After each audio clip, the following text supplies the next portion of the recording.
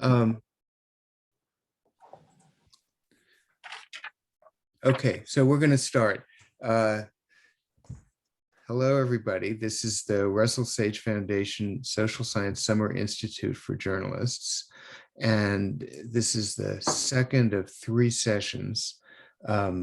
Yesterday's was, and each one is on what we would judge to be one of the monster stories of this year. Yesterday's was on the pandemic, tomorrow's is on the economy, today's is on race in America. And we have 2 guests. By the way, I'm Nick Lemon. I'm a Russell Sage Foundation trustee and a journalist with the New Yorker and a professor at Columbia Journalism School. The guests will appear sequentially because of their schedules. So our first guest is Marc Morial, who is the president of the National Urban League. Most important thing about him is that he's from New Orleans, which is also my hometown, and was mayor of New Orleans for 2 terms. And then during that period, he was also president of the U.S. Council of Mayors and went on to become, for now, almost 20 years, president of the National Urban League, which is, for those who don't know, one of the signature classic old line civil rights organizations in the United States. It's been around for more than 100 years. I'll start with a very broad question. Mayor Morial, you're still a young man, so you probably don't have grandchildren yet, but if you did, and if 25 years passed from now and they came to you and said, Grandpa, something's always going on race in the United States, that's our country. What was going on in 2021? What would you say? I would contextualize it as the year after the consequential year of 2020.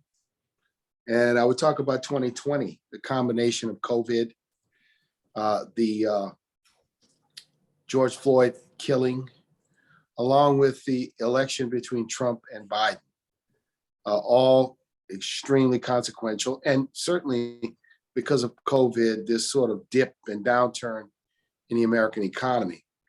And that 2021 was about fighting back from that, trying to rectify and remedy some of the damages and some of the issues that were surfaced in COVID, the disparities in health, and with George Floyd, a broad awakening on racial justice broadly.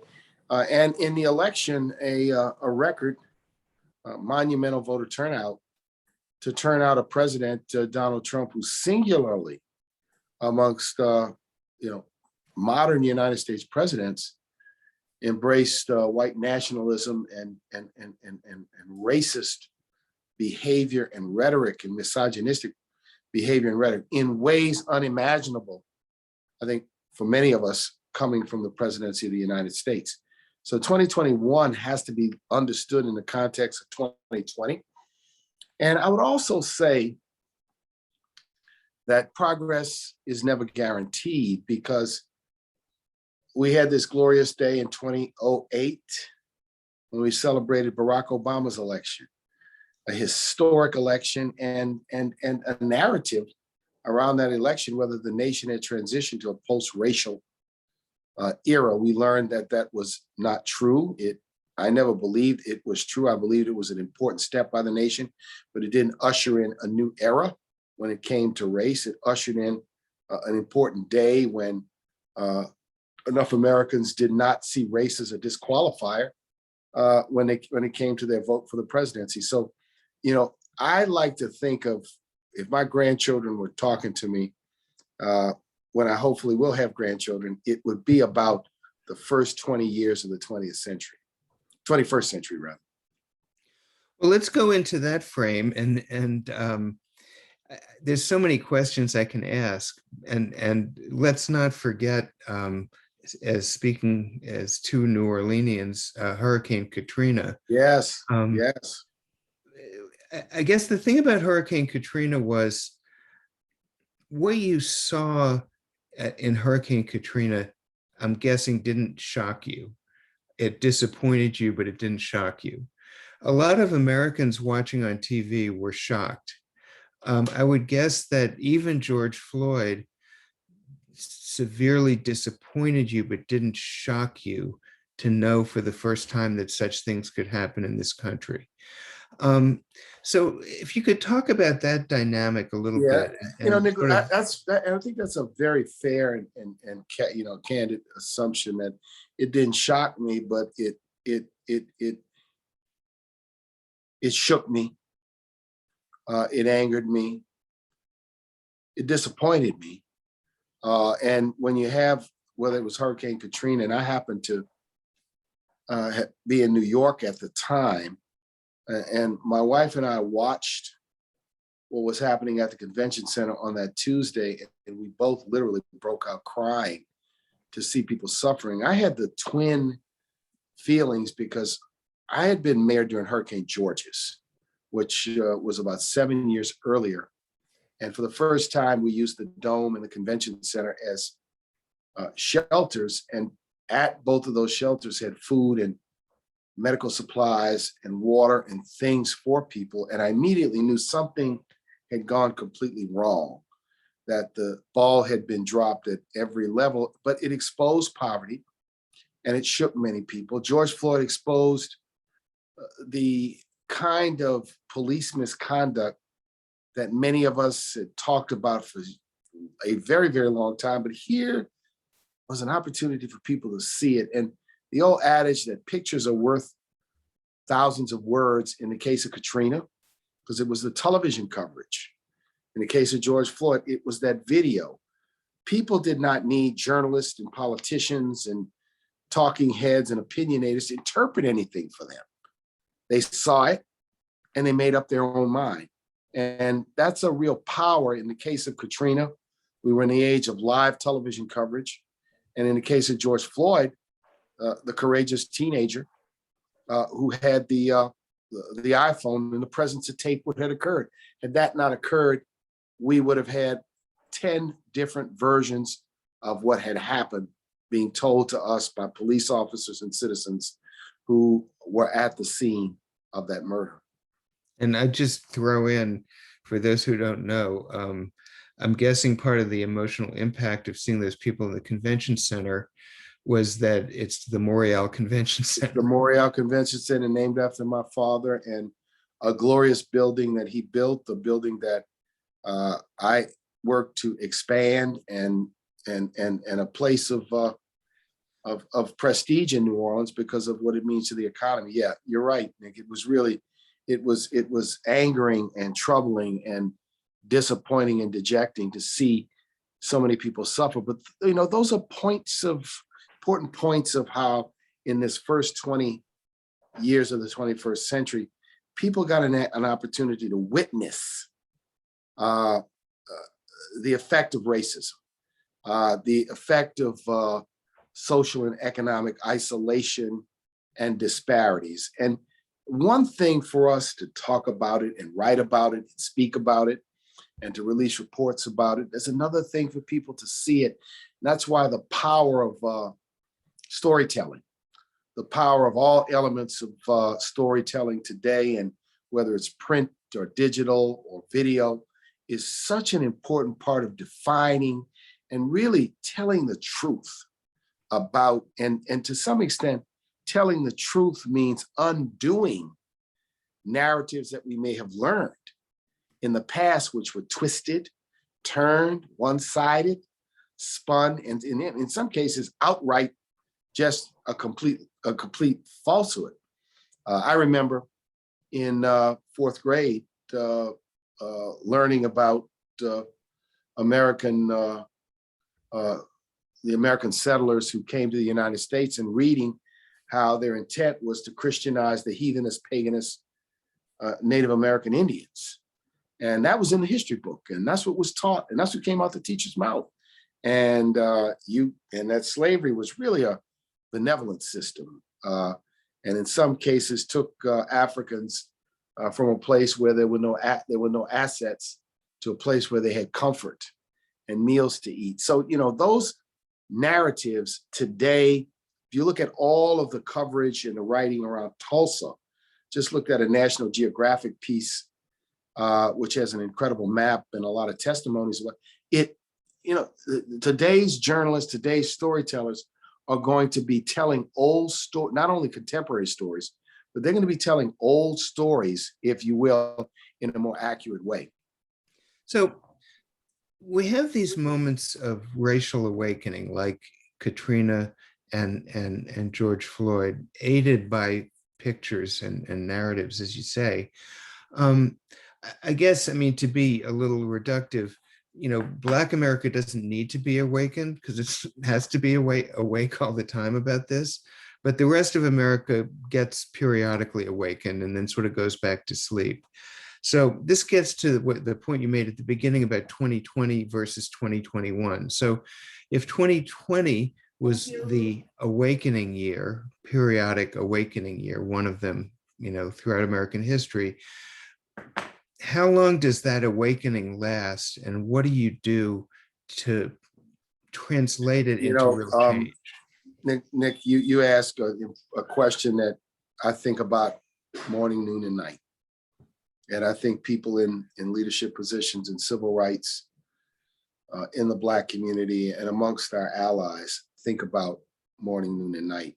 Can we sustain the consciousness? Can the consciousness be turned into meaningful action? And in 2020, you saw steps being taken by American philanthropy and by American business to make commitments. Will those commitments sustain themselves is the question that's on the table. You saw an election that installed a new president, a new thin majority in the United States Senate, and from that, very distinct policy shifts. But a great deal of consternation that some of the more important policy shifts have been met by vicious resistance. Look at Texas, look at Georgia, look at Florida. Look at the absolute assault on the ballot box and on the voting system because of COVID. We had vote by mail, we had early voting, we had if you will, a widening of the aperture and the widening of, if you will, the pathway to the ballot box. And it worked. We had, for the most part, a flawless election. We had a high turnout election. We had people who had choices. I'll vote by mail. No, I'll go early. No, I'll go on election day. And various Americans took different pathways. But the point is, you had the options. You still had long lines. But all of a sudden, you've got this very, very hardened resistance coming from far right interests. And I've never seen it so vicious in its rhetoric, in its action, and in its willingness to torture the truth in an effort to justify actions which are nothing but punitive and repressive. And that to me is something, when we talk about the here and now, that we also have to factor in, that this force for what I think progress and good has also been met by a vicious wall of opposition. So we, I think, recognize that we are in a fight. We are in a proverbial battle and fight for the future of the nation. Joe Biden called it the soul of America. It's what this nation's going to look like 15 or 20 years from now, and whether the nation is going to continue to be on a path of continued greatness, right? Continued path to become the more perfect union, to a continued path to create meaningful economic opportunity. I mean, that's what's at stake today in a very profound way. In my career in public life, January 6th rattled me.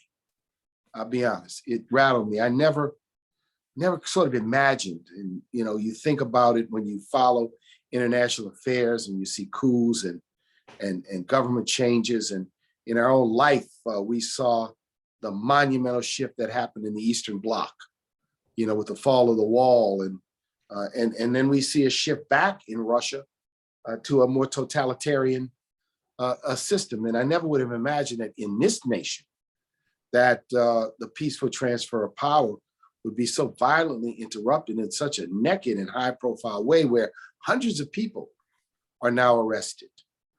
People could be prosecuted for treason and sedition. So that's part of this too, you know. So let's try to talk about how we translate into a policy agenda, Yep. what the agenda would be and what's possible. So start by saying, what if it was 1965 again and there were massive Democratic majorities in both houses of Congress, and not anything is possible, but a lot is possible? What would you want? I would want, I think, at the very first, to create a system of national standards around voting and democracy, so that elections could be free and fair and open. That the ability of states to gerrymander and dilute legislative, congressional, and councilmanic seats would not be there. That there would be checks and balances on their ability to do that. I think secondarily, we'd want to put a system, several steps in place to end the pandemic of mass incarceration and begin this long and difficult process to reform the justice system and to reform policing, to make it more effective, but also to make it more just. But then I believe that the next big thing would be to look at Presidents Roosevelt and Johnson, who in their own way tackled and sought to tackle the economic challenges.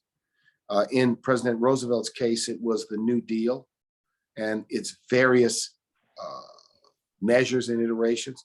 In President Johnson's case, it was the Great Society programs, which ended up being cut back and curtailed to some extent by the Nixon administration and ultimately by the Reagan administration who came in. I'd want to see the child tax credit made permanent, earned income tax credit be made permanent, equalization of investments in schooling, a real concerted effort to make housing affordable for all Americans, whether rental, a real concerted effort to pump money into a nascent African-American and Latino business class. I'd like to see, those would be, and probably a fix to the immigration system, right, which is broken in the country. I think a range of things, including, and I think Joe Biden's on the right path with this, a significant physical and human infrastructure initiative, where we invest in broadband, water systems, all of those things. I think if those things could be accomplished, we could create a foundation for the future. I don't always feel that we understand how wide the economic disparities have become, meaning they were not as wide in the 1970s. Housing vis-a-vis people's take-home income, the cost of basic necessities, it wasn't. And we've had a widening of these economic disparities over the last 40 years. We have lost ground when it comes to, notwithstanding that the overall size of the American economy has probably increased fourfold since 1980, maybe fourfold. The fact of the matter is we've created a gilded class of enormous wealth. Top 20%, 10, 15%, you are better off than you're better off than your parents, you're better off than your grandparents. We have lots of Americans who used to call themselves middle class on the brink of poverty and economic challenge. So I think if we had the opportunity to confront that from a policy standpoint, it to me would be the foundation for the future of the country. So, I said a few minutes ago, what if it were 1965? But it's not 1965, it's 2021. And the Democrats have these tiny majorities in the House and Senate. There's an election year coming very quickly. What's possible now? there's a lot of proposed policies, including by the Biden administration, and what do you see as likely to happen, and what's more distant? I think infrastructure and some related human infrastructure things to a reconciliation bill, you see it in the news today, is very possible. I don't think it'll be of the size that I'd like to see, but I also think it won't be tiny and small. The Obama recovery bill, I always believe, was about half as big as it should have been, but it owed to the political realities of then. I think that we do have a way to do something on voting. We do have a way to do something on George Floyd. I think we're going to have to confront later in the year, and this is a big debate, that the filibuster and its application and its use and its abuse should not stand in the way of the things we need to save the nation and to save the What do body you think politic of the nation. is possible on voting right now? I think that a renewed Voting Rights Act, there's going to be some devil in some details. I think that a set of standards which say that vote by mail has to be allowed by all states, that early voting has to be allowed by all states, that states cannot purge people indiscriminately, like create a rule that says if you don't vote in one election, we're going to purge you. Some, if you will, minimum standards. And the standards are supported by the Constitution's elections clause, time, place, and manner. And I think that that is doable with a lot of give and take. I do think that that is doable, combined with restoring the Voting Rights Act, because the Voting Rights Act has been damaged, Nick, by the Supreme Court, both most recently and in 2013. And this court, I feel 25 years from now or 50 years from now, will be seen like the Plessy Court, like the Dred Scott Court. The Warren Court is heralded in American history. The Plessy Court is seen as a great failure in American history. The Dred Scott Court, a failure in American history. And this court, the Roberts Court, has now twice sought to judicially legislate the parameters of the Voting Rights Act, which was intact for many years. So I believe, but we are also at a point where public outrage, public advocacy, and activism is necessary. The activism in response to George Floyd, I have no doubt, helped fuel the turnout in 2020. And I think people are going to have to realize that civic engagement is no longer, I go vote, then I go home and watch TV, or I go follow the proceedings online. That I've got to vote and stay engaged and stay active in my community and stay active in the streets and stay active in the community and be engaged and involved around all of the issues. That's what we have to do. It is no longer, it's no longer go home and watch Walter Cronkite and Huntley Brinkley. Yeah, well, a few of us on this call will remember those names.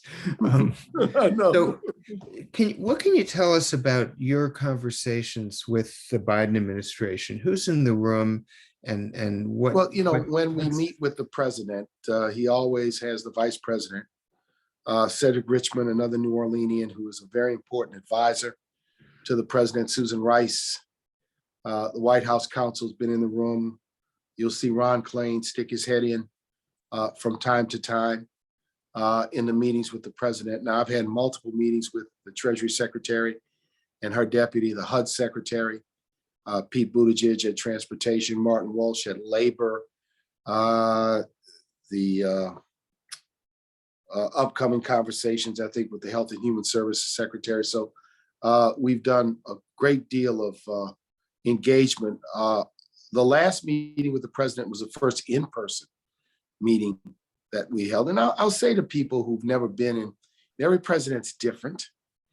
Joe Biden is an intent listener, and also Joe Biden's a conversationalist. So he'll drop lots of pieces of information. Sometimes it's not a full story, but it's a piece, and you're trying to read him. But also he's, my experience with him in this, he was very open and willing and eager to hear our suggestions and our perspective and our thinking about what goes on. And Joe Biden, he comes in, he's got his notebook open. He's taking notes. He's attentive. He's attentive and engaged. You sometimes meet with presidents. They don't take any notes. They may not write anything down. They may do more talking than listening. But I find him to be, I find the experience and the seasoning and the know-how. And I think what we've seen in how he's put his administration together, the experience is shown through. That they took office, they quickly defined what they were going to do. They rolled out their initiatives early. They've gotten their team together. Although I will tell you, the Senate's deliberativeness, I think, is problematic when it comes to the need to confirm cabinet and sub-cabinet officers very quickly and judges very quickly in many instances. So. Senator Richmond is a very important part of Joe Biden's team. I know Ron Klain is, and Steve Raschuti, who assist him on a number of sensitive and strategic projects, is very important. Susan Rice, I think the president has a great deal of regard for her intellect and ability. And her input. They've worked together a long time, and you can tell there's a chemistry between them. So that's sort of what the room looks like when we've been able to meet with the president. And we had 2 hours with the president. We could have talked for 4. This is you alone, or you with a coalition? There were 8 civil rights leaders in the room. I'll tell you who they are because I think people should know. We have worked together. We're 8 Legacy. We've worked together for the most part in curating meetings with presidents and majority leaders pretty much now for more than 10 years. So it's NAACP President Derek Johnson and myself, Reverend Al Sharpton of the National Action Network. Melanie Campbell runs the Black Women's Roundtable and the National Coalition for Black Civic Participation. Janetta Cole, who was formerly president of Spelman College, is in charge of the National Council of Negro Women. Sherilyn Ifill is the leader of the NAACP Legal Defense and Education Fund. Wade Henderson, who runs the Leadership Conference on Civil Rights, and Damon Hewitt, who's another New Orleanian, Nick, is now the head of the Lawyers Committee for Civil Rights under law. So we're all there because our institutions are all institutions that go all the way back to the 60s and previously. Mm-hmm. And we have worked together, and we work together, in a way that I think is constructive. We don't try to coordinate each other's programs, but we coordinate on what we think priorities for the community are. And so we met with, we had the same group, had meetings with Obama and Schumer and Pelosi and now Biden, and we met with Biden during the campaign and during the transition. So this group, we don't seek to say we're the only civil rights voice. We don't seek to say we're the quote unquote voice for Black America. We do say that we are a significant force given the legacy of the organizations we lead. Now you speak, I know your time is limited, so we're in our last phase here probably. You just tell me when you have to go, but you're speaking to an audience of journalists. give us advice. You talked earlier about how our ability to tell stories and show pictures is very powerful. Um, is that what we should be doing? Should we be Yeah. walking the hallways of Congress and seeing who's voting for what, or a little of So both? I think Tell us what one to of the do. yeah. So one of the important things about and you know, Nick, I'm married to a journalist, so I get a chance to watch a Uh-huh. journalist, my wife, every single day. I think one of the important things for young journalists is the value of building relationships and sources and trusted sources of information. You have to be able to get to people. You have to be able to talk to people. You have to learn how to talk to people in a way that you will be trusted, right? And I think that dynamic is so critical and important. I do think that following the Congress is important, but I do think that there also needs to be a lot more attention paid to local government.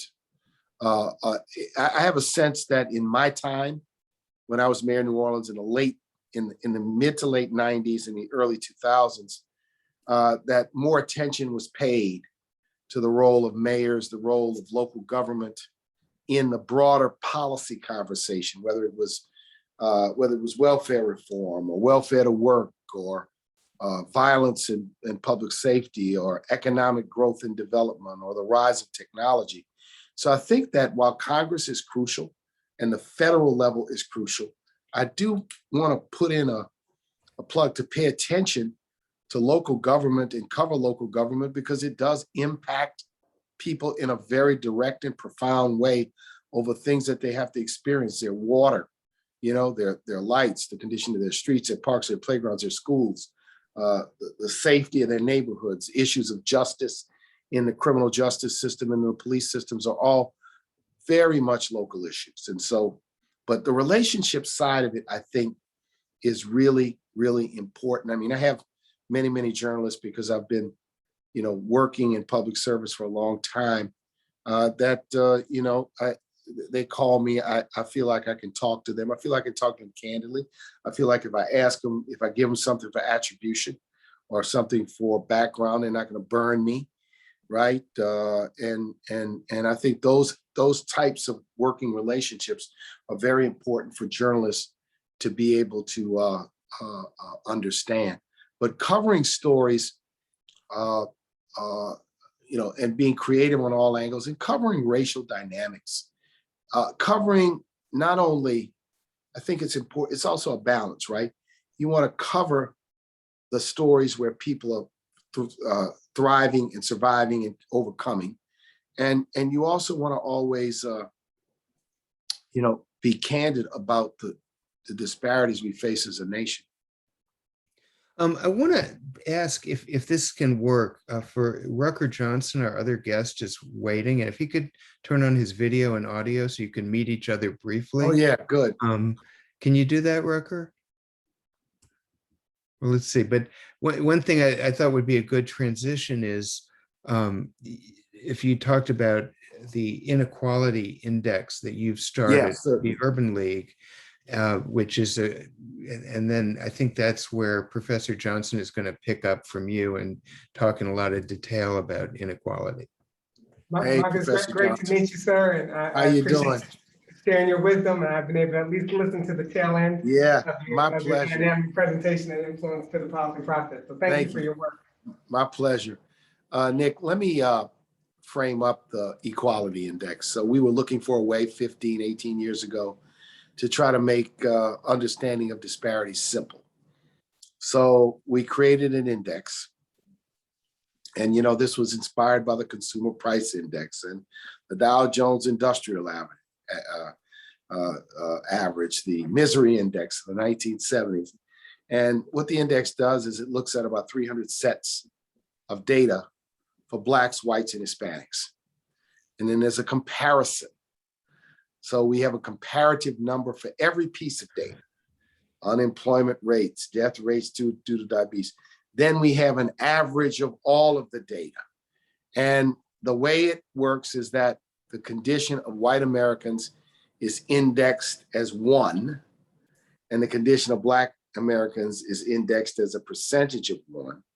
So in most categories, Blacks are a percentage of whites. In some categories, a rare few categories, Black Americans might over-index and be more than 1. So that index was designed to help people who for whom numbers can become confusing, to get a basic understanding, as well as to create a way for us to compare conditions year to year. The truth is that for 16 years that we've been doing the index, the number's almost in suspended animation. It's moved very little on an overall basis, although some numbers get a little bit better and then other numbers get a little worse. So we saw in the post Affordable Care Act era, health disparities narrowed, but we also saw some widening in some other areas. For example, the housing gap, home ownership gap is wide. So I point to something like the Equality Index as a resource for journalists and for scholars and for writers and for people who want to be serious, because I always felt, talk about race, we can all talk about our opinions, our attitudes, our perceptions. And then we also have to say, what are the facts, the social and economic comparatives in American life? Last thing I'll say on that, we did a comparison of 1960. I had the stat team go back, look at 1963 to 2013, when we were celebrating the 50th anniversary of the March on Washington. And what was the most interesting thing that popped out is in 1963, Black poverty was at 50%. White poverty was at 25%. Most of the reduction in poverty, both amongst Blacks and whites, that we see today took place between 1964, 5, and 1980. Mm-hmm. And I always say, here's your evidence that the Great Society programs, combined with the economic expansion, combined with civil rights, made a difference, an objective difference in American life. We know the story that the Reagan administration came in and assaulted many of those programs, reduced their funding significantly, and building the political will to bring those numbers back up, those investment dollars back up, may be what we see in the Biden budget in a dramatic way, really for the first time. Yeah, and I would just add to that, and this has been going on for all of American history. When you have a rising ethnic group, there are government programs, to help. And then also often, almost always, members of the rising ethnic group get government employment to be involved in running those programs. So when a president gets up and says in 1980, government is the problem, it creates two problems in Black America for the clients of programs and for the people who work in those programs. Yes. And a lot of the progress, I'm not the expert that you guys are on this, in Black America can be seen in people getting into the middle class as a first step through public sector or quasi-public sector jobs. Yes. Anyway, the reason why Washington, D.C. was a city that first had a Black middle class, the proverbial Upper 16th Street Gold Coast, was because of a combination of public employment, Howard University, federal jobs, and jobs in DC public schools, segregated schools they may have been. But DC had that larger Black middle class than many other communities because of the presence of the government. You're so right. Yeah. So right. Well, so I want to pivot and to Professor Johnson. He's as you saw in the invitation, he's a professor, and you can see it visually, at the Goldman School of Public Policy at UC Berkeley. His degree is in economics. I think maybe we should start with you just showing your slides and sort of. Nick, I'm going to have to excuse Yeah, myself. I know. So thank you very But hey, much Professor, for coming. Good luck to you. And Nick, Great. let's talk again. Always good to see you. Good to see you too. Thanks, Thanks so Scott. much for taking the time to do this. Bye now. All right. Thanks. Great. So I'm just gonna share screen, but I'm delighted to be with you. Give me 1 second just to. While you're getting ready, let me just say to the audience, if you have questions, please write them in the Q&A feature, which is in the bottom right of your screen, and then we'll get to them in a few minutes. So I'm please. just gonna, sorry to interrupt you, Nick. I'm just gonna ask David if you can just enable my screen sharing on the other computer, not the one that you see that I'm using for the video, but the other one that I have plugged in. Then I'll be able to share screen. We are working on that right now. Okay, so I'm just gonna start talking, but they'll be working on that and then I'll be sharing the slides momentarily. But I first want to share, first I'm very thankful to be here. So I want to thank Nick, I want to thank the Sage Foundation, Sheldon Danzer, et cetera, for inviting me to participate in this dialogue. I'm sorry that I wasn't able to hear the complete discussion that preceded, but I want to first start with the recognition that change requires 4 things to coalesce. First, a problem attracts widespread public and political attention. 2, a proposal to solve the problem is agreed upon by the major actors. Number 3, that a champion to vigorously push the policy proposal through thick and thin. And then 4, a transforming political event creates an open policy window to enact the agreed upon proposal. And we're in such a moment as we speak. And I believe that both COVID has been a revealer and an accelerator, that a race-neutral virus has had deeply racially disparate impacts because of pre-existing unequal conditions that fuel segregation. We've seen job losses and permanent business closings were greater among minorities, many whom lack savings to cushion the unanticipated financial shock. We see the longstanding issues of underfunded schools, particularly public K-12 schools, and the digital divide in lower income communities exacerbating learning losses, particularly among children of color. And we've also witnessed that with Black workers concentrated in low wage frontline jobs that could not be done remotely, that the exposure to COVID and inadequate access to healthcare, it costs lives, widening an already stark racial gap in life expectancy that's now increased to 5 years. Now, I'm gonna see if I can share screen. Yes, thank you. Okay. So thank you for that. I'm just gonna share screen and my slides will be very quick because I wanna, definitely capitalize on the interactive conversation with Nick. But I wanna just highlight that, the power of the video and camera as a mirror that forces self-reflection of our society and who and what it values.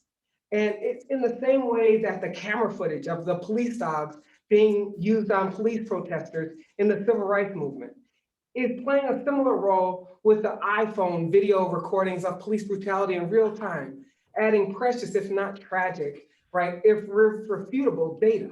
And as a data person, it's important to highlight, right, that it's easier to spotlight injustice, right? When the cameras are able to film in real time, the police putting dogs on women, men, and children during the civil rights era, that when we saw Katrina, it wasn't just a national disaster, but it was that it unveiled a view of the depth of poverty, particularly in Black community, that hadn't been seen for many.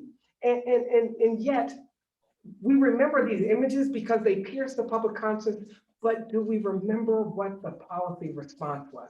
And so I just first want to highlight that building a movement beyond a moment of crisis requires something of a reimagining and a understanding that policy inaction is often more expensive than the policy reform action. And that we have to look at this through an investment frame and not a short run cost frame I'm just showing you images that that when we experience these, that they shook us up. And yet, when we look at the policy response, too often the policy response was anemic relative to the scope of the challenge that presented itself. And so as we begin today, and as a person who's a scholar of the policy reform and its evaluation and what the right prescriptions for change, I just want to highlight that the cycle of inequality and the unequal opportunities that produce inequality and outcomes across generations and the generational transmission of that disadvantage really require something that is a collection of both of the science, but also the understanding of how the systems create generational impacts and where there is room for intervention, where we understand how children's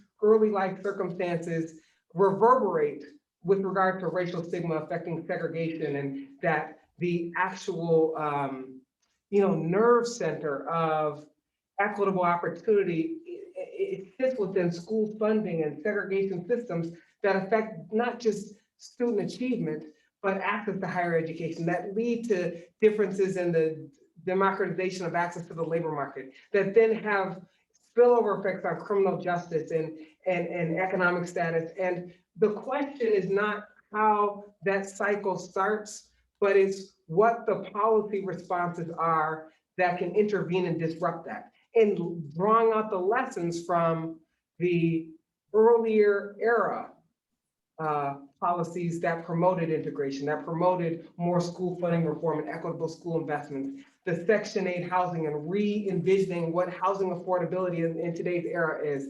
rethinking affirmative action and living wages and job training that understands the importance of STEM fields and sentencing reform and the safety net and access to health insurance coverage, and understanding the synergistic ways in which the ability to intervene has to be multidimensional, that poverty is not just one dimension, and therefore the actual intervention has to be too. Now I'm going to stop sharing slides. There's obviously much to say about segregation and the like, but I guess mostly I want to just get back to the point of the conversation with Nick, only to first kind of say up front that the law of first truth is simply the fact that the first thing you hear about a subject makes it true for you, even if it's not really truth. And the law of first truth is that the most difficult things to unlearn are the first things you learned about, but which were never true. And so racism is a law of first truth in this country. There's an uproot of racist thinking that the original sin of this country. There's the must uproot the first thing that we learned about some of the racial history that we sometimes bury, that the moniker of American dream and land of opportunity, and in the ways in which the era of big data allows us to test narratives for their veracity and connection to reality. And so a recent study, for example, a 2021 paper entitled Americans Misperceive Racial Disparities in Economic Mobility, highlighted just this thing. This is a paper by Jeffrey Walker and some other colleagues, but they were trying to understand the question of what do people know about racial disparities in the American dream. And across 6 studies, they found that American participants consistently underestimate the Black-white disparity in economic mobility, believing that poor Americans are significantly more likely to move up the economic ladder than they actually are, and that they find that the misperceptions about economic mobility are common among both white and Black respondents, and that this undue optimism about the prospect of mobility across Black Americans results from a narrow focus on the structure of opportunity and the way segregation undermines its reality across all children, that the geography of opportunity is really conditional on the parental wealth and in neighborhood environments that connect kids to quality schools. That is really a focal point of my work. So I'm just going to highlight this one thing, and then I want to definitely pause to allow Nick to lead us in the direction that he wants to see the conversation. But the one thing I would say before I do that is only to highlight that there's too much a focus on budget deficits without a emphasis on the deficits of opportunity facing children from disadvantaged backgrounds.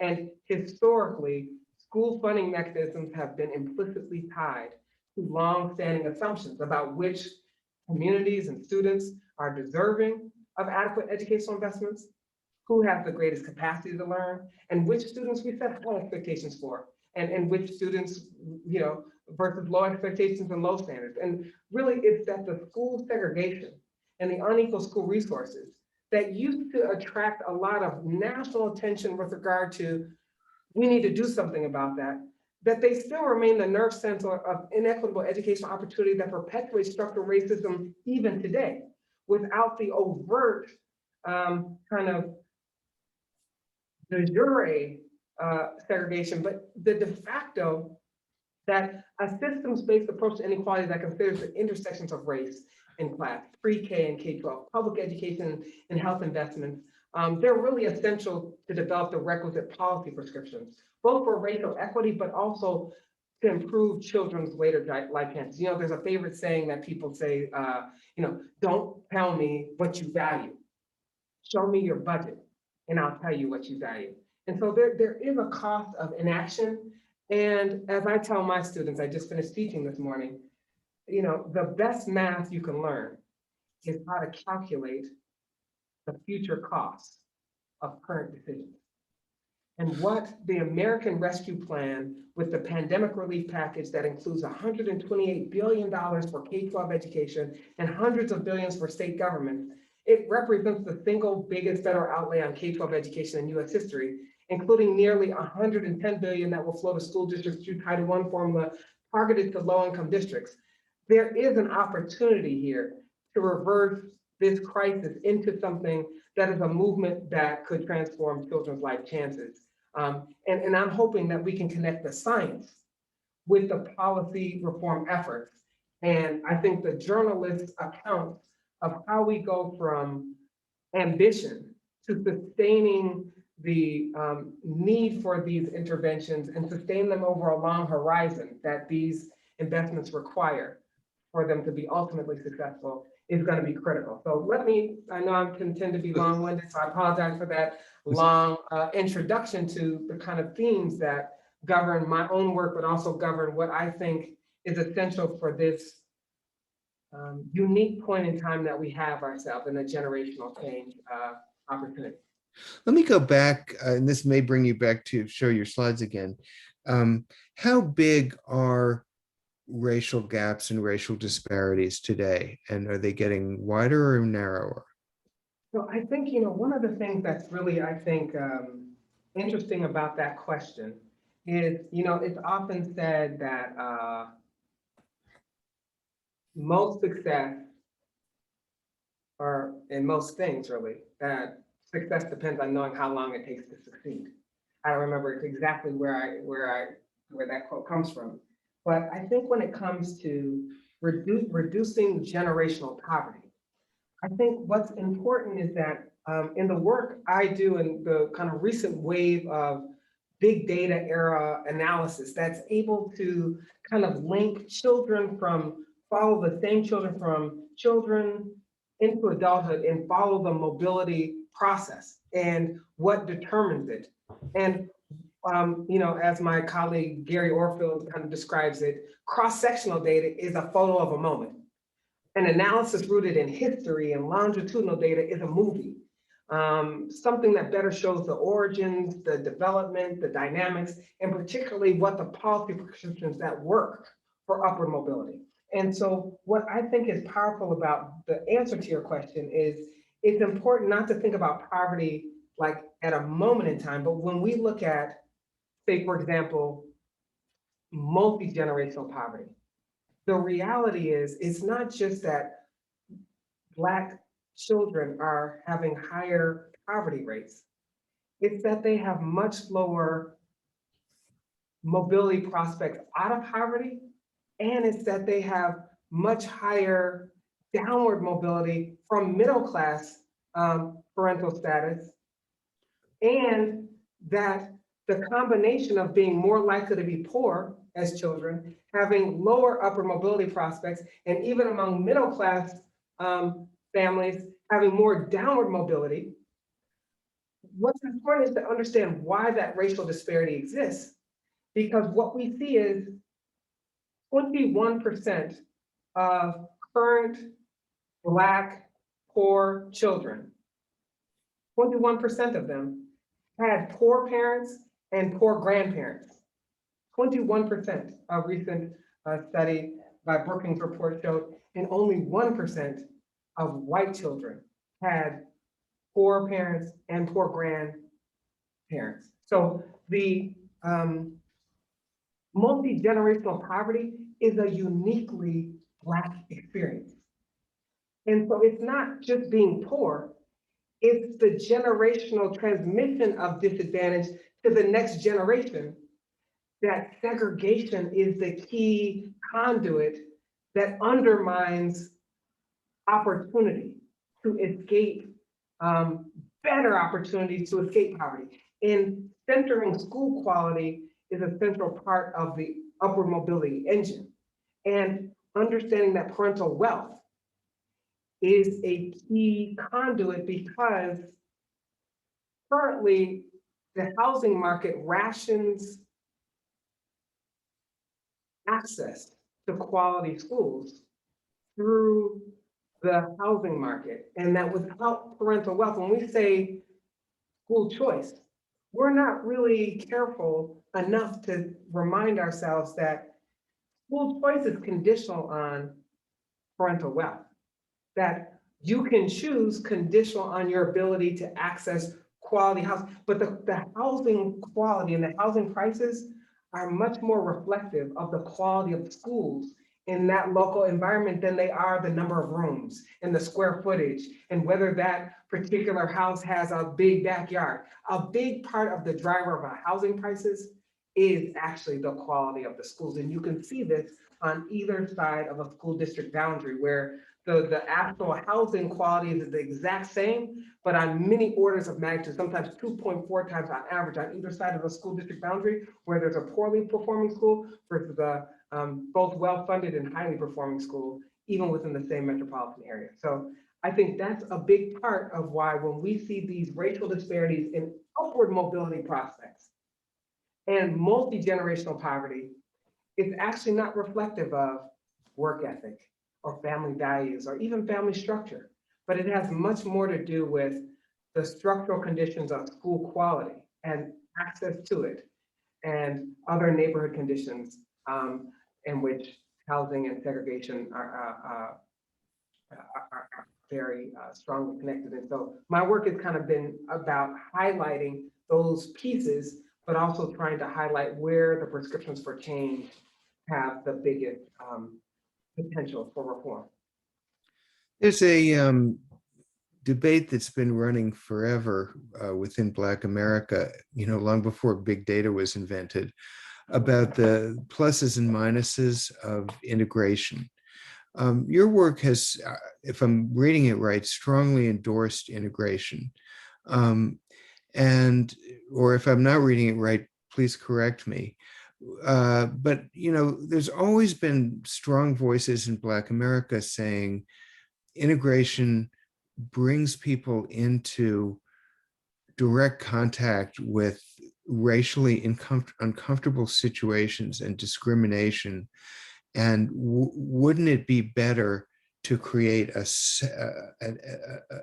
Black America that's stronger and has higher functioning institutions than to have a strategy around housing and school integration? I mean, in our field, topic A this week is Nicole Hannah-Jones deciding to leave UNC and go to Howard. Among that kind of rhetoric, I don't need this kind of treatment anymore, and I'm going to be with Black folks and make it work there. So I just want you to reflect on those kinds of questions. Yes, thank you for that. That's a great set of topic.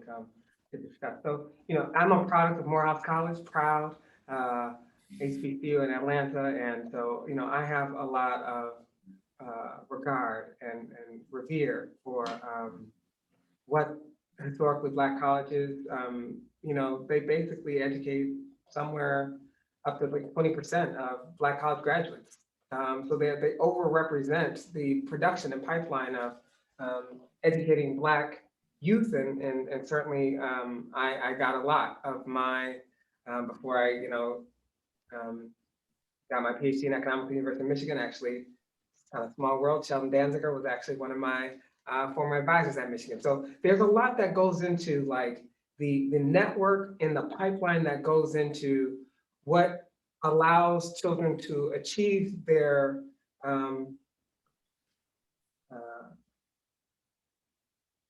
best versions of themselves. I feel like there's a quote, I feel like it's William Shakespeare that said something like, we know what we are, but we don't know what we may be. And I think there's something about the potential.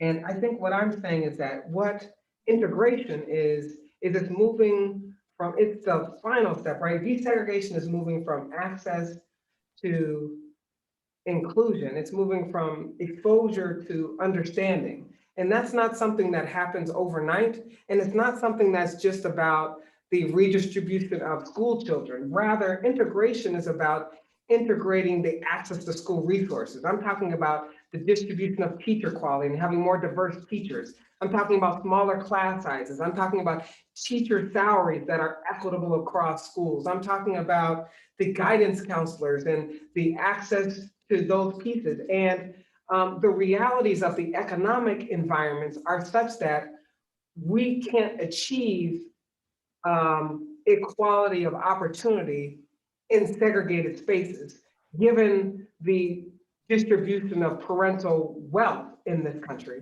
and the ways our school funding mechanisms are designed. So, for example, my colleague Sean Reardon, who we have collaborated in the midst of a collaboration, but this is some of his earlier work, uses data from the entire universe of all schools across the country and looks at how segregation, and particularly not just racial segregation, but economic segregation. And really what he documents is how the concentration of poverty and the fact that segregation typically concentrates Black and Hispanic youth in concentrated poverty schools is one of the primary mechanisms through which unequal opportunity, educational opportunity is distributed through segregation. And so it's not just the concentration of poverty, but it's that those school systems typically have much more difficulty retaining,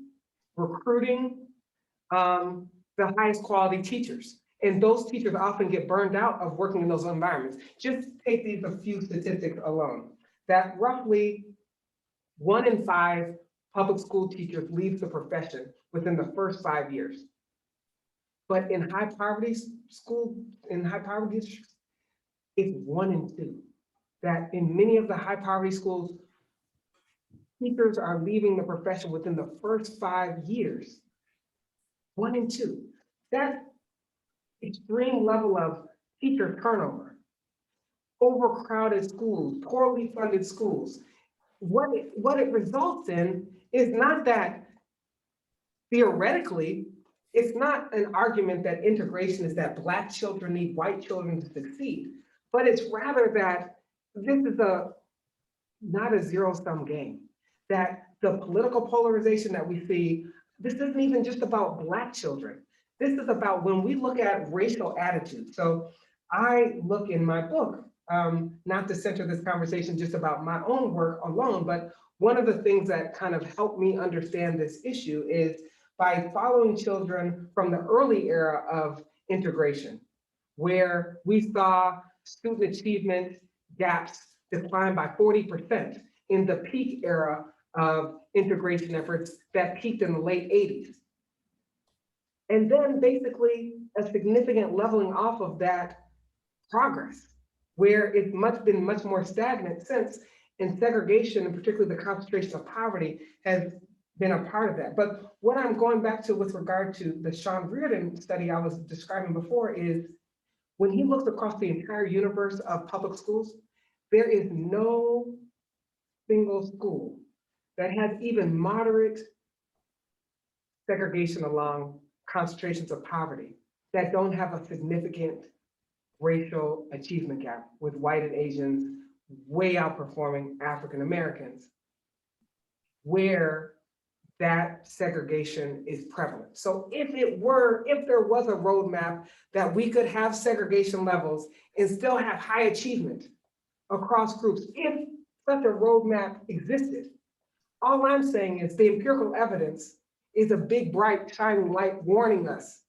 that we don't even currently have an existence proof of such a thing. Now, I'm not saying there's not the Harlem Children's Zone and there's not some schools that beat the odds, but what I'm saying is, even with the Harlem Children's Zone, the level of investment is not scalable from a standpoint of a more universal policy.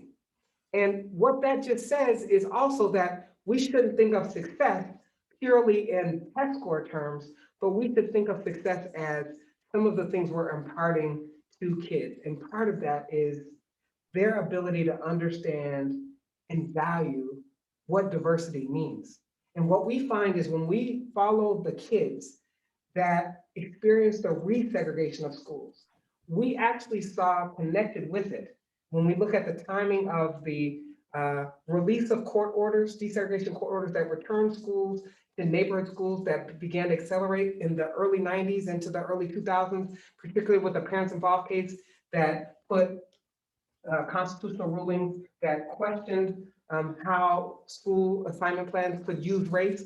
When we saw that resegregation, we also witnessed, as we follow longitudinally representative national cohorts of individuals, we saw non-Hispanic whites that experienced much more racial segregation, like less diversity exposure to school diversity. We saw in their adulthood that they expressed in adulthood much more racial attitudes of prejudice and racial intolerance, in a much greater extent of political polarization when we look at their political attitudes in adulthood. And we compare similar cohorts from those same schools, but that preceded those resegregation exposures. We saw much more tolerant racial attitudes, much more empathy toward difference. And it's that proximity to difference in childhood that changes how people develop their views and how your perspectives on race are colored by those exposures to diversity. And so I think this isn't really just about access to opportunity for African Americans. I actually think it's part of whether we're gonna build excellence and prosperity of our nation built on the foundational principle of diversity, albeit and return to it, to those roots, albeit originally they weren't applied to race, ethnicity, class, and gender, but to fulfill the reality that we've always aspired, and it can heal some of the racial and class divisions. And I actually don't see a path forward that doesn't embrace that as part of a solution. So I just think that the national will and interest in integration is not what it was a generation ago. And that's what alarms me, that when I show you the evidence that 42 and 40% of Black and Hispanic children are in schools that are less than 10% white, and where the racial diversity of schools is back to the level that prevailed in the early 70s. The difference is there was a movement to try to address it then. And now we kind of accept it as if it's not policy engineered, as if it's just the consequence of parents just choosing, when in reality, there are gerrymandered school district boundaries, there are significant housing exclusionary policies that are just acting as a de facto segregation tool. Mhm. And we are typically focusing on racism as individual attitudes and not the structural racism that I'm really getting at as I'm talking here. A lot of, I want to first say again to the audience, please send questions into Q&A and I'll get to them in a couple minutes as we're getting toward the end of our session. A lot of people have commented that the Biden administration has an extraordinarily ambitious domestic agenda through a number, the American Rescue Plan, the now renamed Build Back Better Act, and other things. What do you see in there that would have the most potential benefit for closing racial gaps, racial inequality? Okay, that's good. So I think, I think that the investments in schools through the Title I funding and increased kind of investments in public schools that are more equitable and that are targeting need. I think those are important, but I question the duration of those investments. Like if we just do this for this 2-year window, but these investments aren't really sustained in a way that's targeting, like in other words, districts that are receiving some of that aid, they're hesitant, the most effective use of those resources are actually instructional expenditures. And right now, some of the building renovation that will have more of the fact that ventilation systems in schools are a conduit for the spread of COVID, for example. So a lot of the school buildings that are outdated and don't have, contemporary ventilation systems, those are actually environments that are disproportionately in minority and lower income areas, where if they're not dealt with immediately, they're going to actually cause both teachers and children to be more vulnerable to the spread of the virus. So those are first order pieces. But what I'm saying is reducing class sizes, increasing teacher salaries. These instructional expenditures are key aspects of equal education opportunity, but the schools that are receiving some of that new aid are hesitant to spend it on instructional expenditures because those aren't things that can be sustained beyond the 2-year window if they don't know that federal and state investments are going to keep them going. And so they don't want to put a bunch of investments into teachers and reductions in teachers and increases in teacher salaries when they won't be able to sustain it.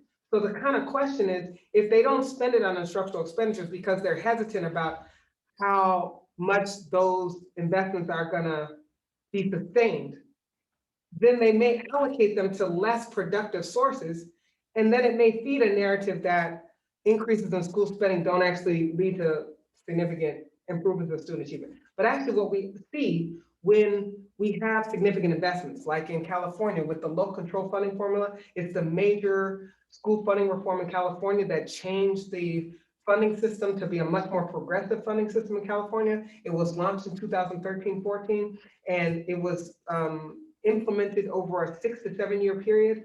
And I actually have, among the first evidence of its effects. And remember, California is the largest, most diverse public school system. So as a case study, it actually portends a lot of lessons to be learned. And because I was able to access the full universe of public school students that have been followed since 2000 to the present, we were able to document that this increase in school spending had impacts that improved student learning outcomes for every grade, every subject, that closed narrowed academic achievement gaps by both race and class, and significantly improved college readiness.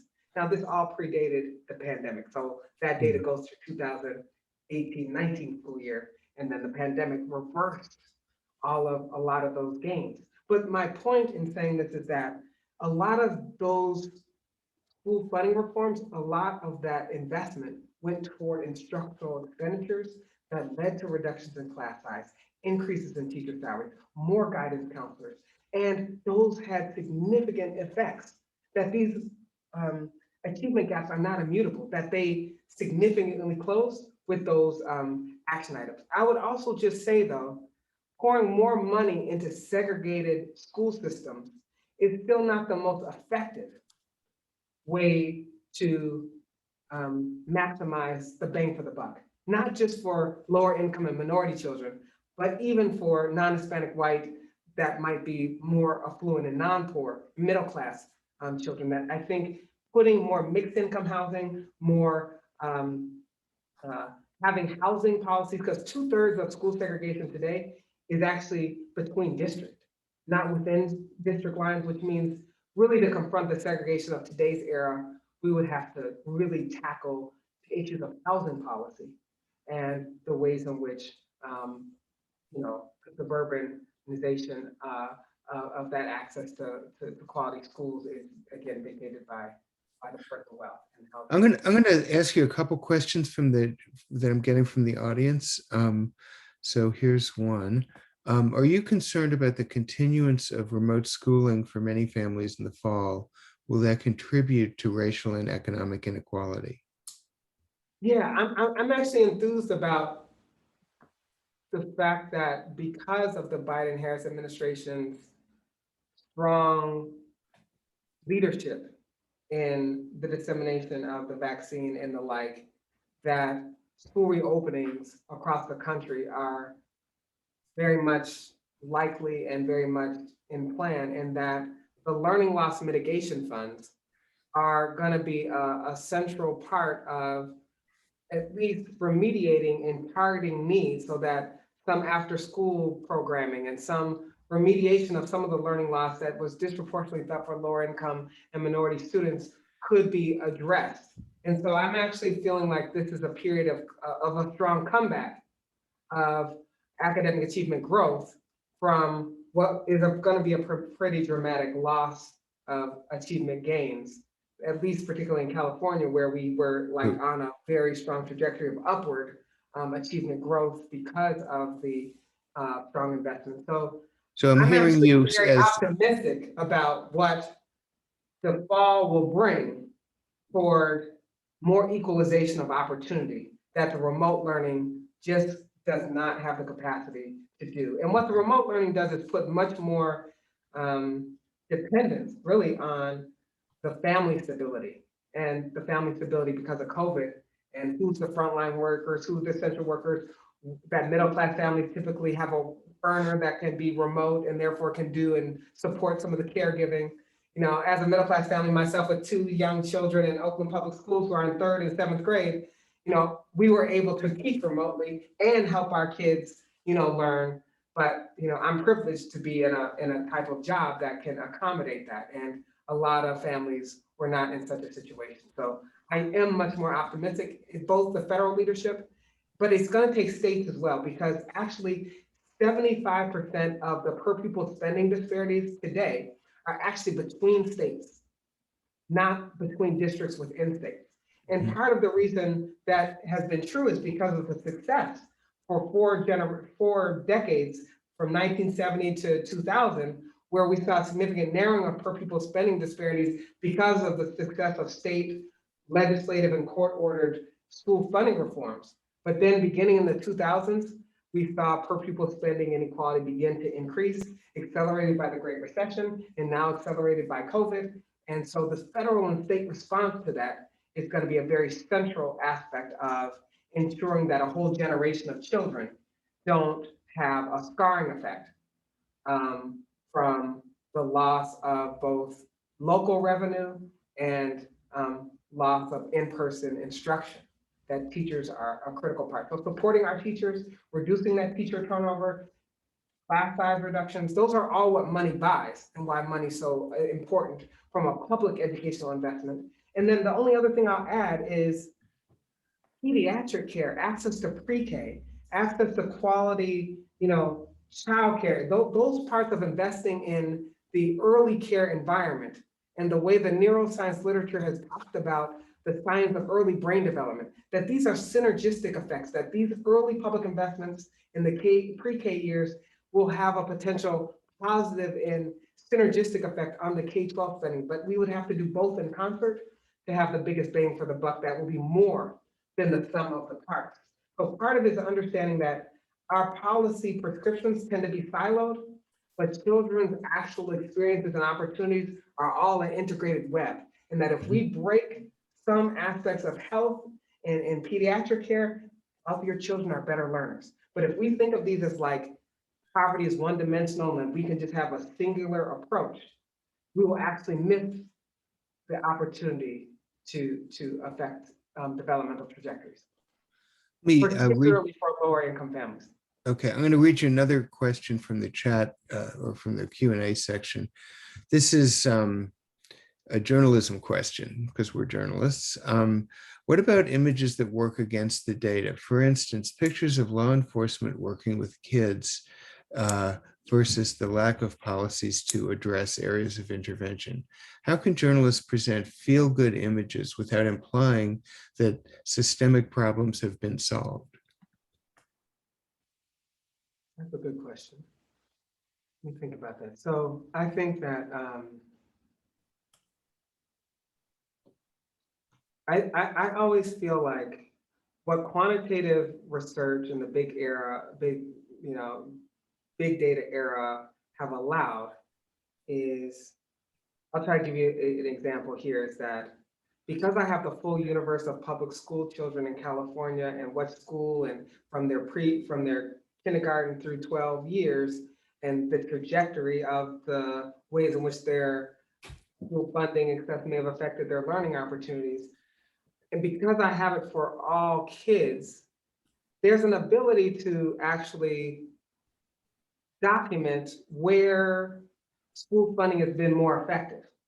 And so because the quantitative data gives an aerial view of like how the money was spent, was it done in class size reductions or teacher salary, et cetera, but where the school funding was most effective, we can actually then zoom in to those districts to figure out what's going on within those classrooms that's leading them to be what we call positive outliers. So a positive outlier is somebody that's a school that year in, year out, they're beating the odds, that based on their demographic profile of students that they educate, they're consistently out educating other schools with the same demographic profile. So we go in and try to figure out what is it that they're doing? In the same way that the qualitative investigative reporters zooming into this particular school and saying, this is what I'm saying, marrying the quantitative with the qualitative and marrying the researcher and the science of the big data with the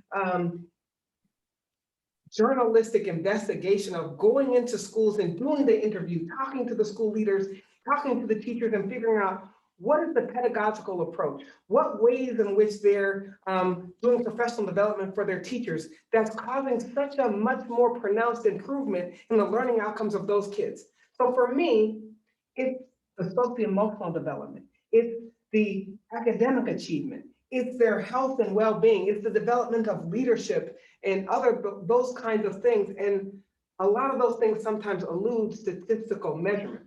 And so I think of it like, it's not the presence of police, it's the presence of the absence of guidance counselors because we spent the money on police.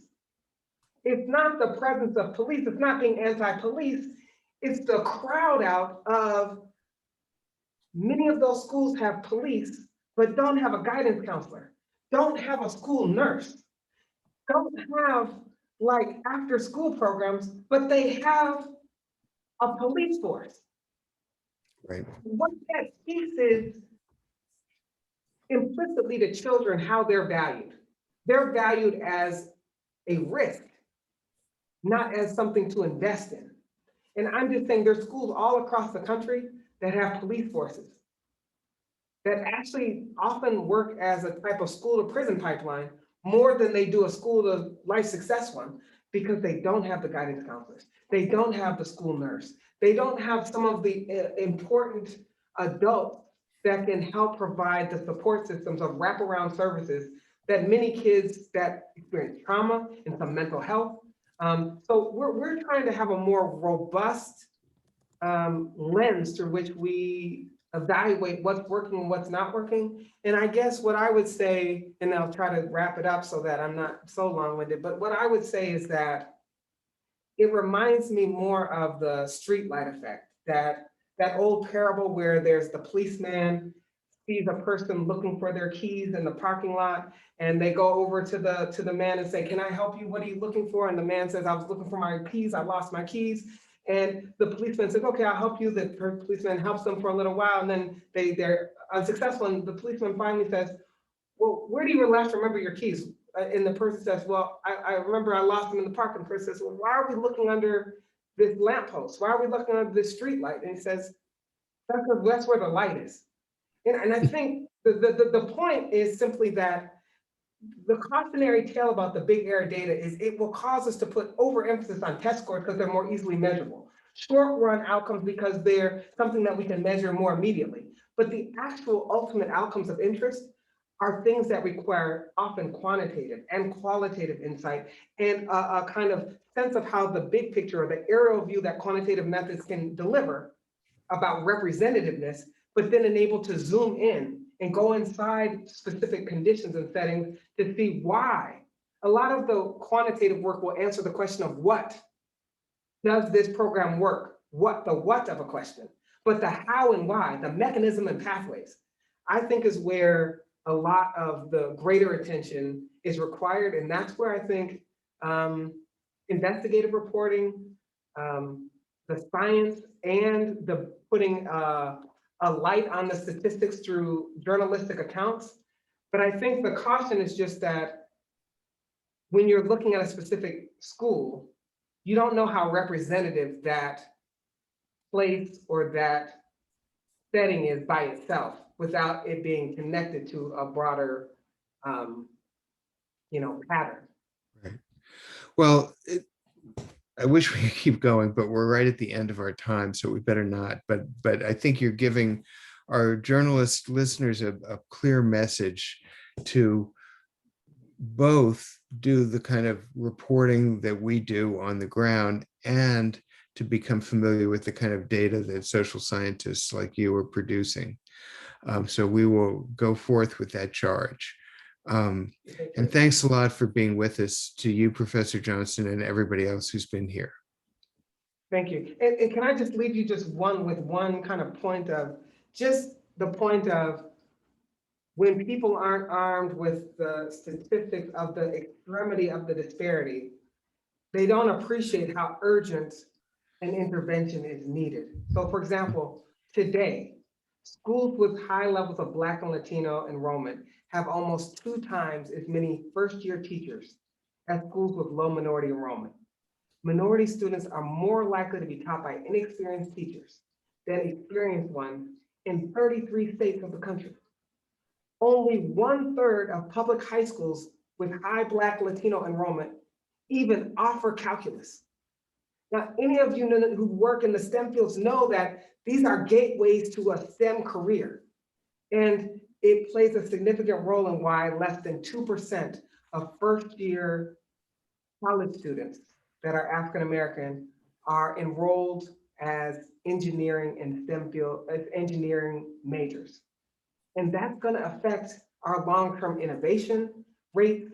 It's going to affect a number of things if we're going to allow a significant share of our children not have access to those opportunities. And so I think people underappreciate how much those inequities have actually grown, even in the contemporary last 2 decades. So I'm sorry to go. No, a that's little bit over, absolutely but I just true wanted to and make sure we're- eloquent and a good thing for journalists to hear. So again, thank you very much for taking the time to join us. Thanks to the audience too. And for those who are interested, we have another session like this tomorrow on the American economy, featuring 2, the present and the past head of the Council of Economic Advisors, among others. So I hope you'll come back. That'll be a confirm it. dynamic panel. Yeah. Yes. Okay. Thanks a lot, everybody. Bye-bye. Thank you very much.